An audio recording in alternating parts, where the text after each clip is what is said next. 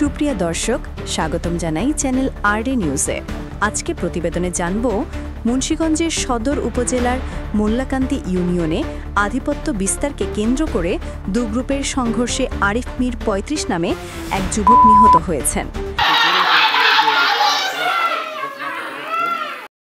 এ ঘটনায় ইমরান নামে আরিফের চাচাতো ভাই গুলিবিদ্ধ হয়ে গুরুতর আহত হয়েছেন। সোমবার ১০ নভেম্বর সকালে ইউনিয়নের চরডুমুরিয়া গ্রামে এ ঘটনাটি ঘটে।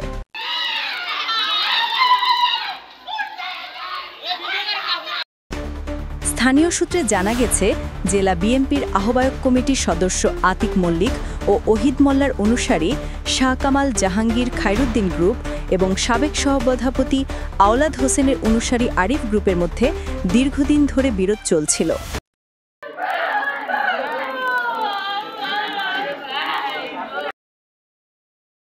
সোমবার সকালে আরিফ ও ইমরান বাড়ির সামনে বের হলে শাহ কামালের নেতৃত্বে একদল সশস্ত্র দুর্বৃত্ত তাদের উপর অতর্কিত হামলা চালায়।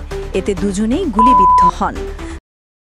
ওদের আধিপত্য বিস্তার নিয়ে দ্বন্দ্ব এটা দীর্ঘদিন যাবতীয় চলতেছে, কিন্তু একদম শাহ কামাল যে আরিফের মাল ওর ঘর আর ওর ঘর একই এক জায়গায়, আর এই আরিফটাই হচ্ছে নিরপেক্ষ লোক, ভাই কোনো দলেরই না, একজন সাধারণ মানুষ। স্থানীয়রা দ্রুত তাদের মুন্সিগঞ্জ জেনারেল হাসপাতালে নিয়ে যান।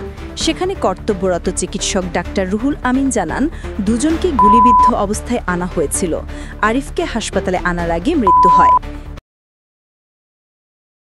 আমরা মৃত অবস্থায় পাই, যার শরীরে বুলেটের আঘাত আছে, আর আরেকজনকেও নিয়ে আসা হয় গুরুতর আহত অবস্থায়। তার হচ্ছে বাম পায়ের উরুর দিকে একটা গুলির চিহ্ন আছে, এন্ট্রি ওন্ড আছে। তাকেও আমরা শক অবস্থায় পাই, তাকে রিসাসিটেট করে স্যালাইন দিয়ে এবং হচ্ছে তার ওনটাকে করে আমরা ব্লিডিং বন্ধ করে ও উন্নত চিকিৎসার জন্য ঢাকা মেডিকেল কলেজে রেফার করা হয়েছে। এদিকে মুন্সিগঞ্জ সদর থানার ওসি সাইফুল আলম বলেন, ঘটনার পরপরই পুলিশ ঘটনাস্থলে পৌঁছে পরিস্থিতি নিয়ন্ত্রণে আনে। বর্তমানে এলাকায় অতিরিক্ত পুলিশ মোতায়েন করা হয়েছে। ঘটনাটি ঘিরে এলাকায় উত্তেজনা বিরাজ করছে। আমাদের বাড়ির সাথে আমার আব্বার প্রতি অনেক খুব পরে আমার আব্বা এই সকালবেলা